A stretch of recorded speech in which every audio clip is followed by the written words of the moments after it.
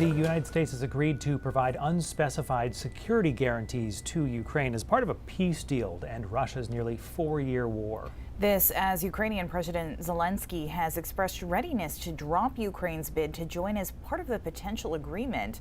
NBC's Richard Engel reports. U.S. officials are once again speaking optimistically about the prospect of a peace deal between Russia and Ukraine.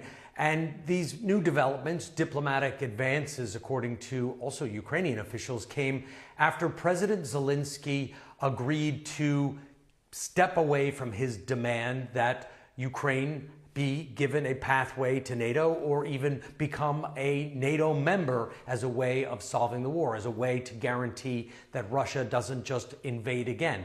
President Putin of Russia said that there is no way he could accept that Ukraine would ever be part of NATO. President Trump doesn't support it. Hungary doesn't support it. So it probably wasn't going to happen anyway. But now that it's more or less off the table, European officials are talking about strong security guarantees, NATO-like security guarantees with U.S. support. But the issue of territory, the two sides are very far apart. Particularly in the east of Ukraine, there is an area called the Donbass.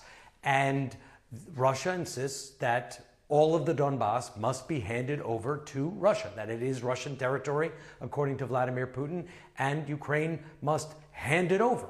Russia already controls about 90% of the Donbass, but that 10% that Ukraine is still holding on to, we're talking about 2,000 square miles roughly, also has Ukrainian people living there who speak Ukrainian, who don't necessarily want to be part of Russia. There are two major cities.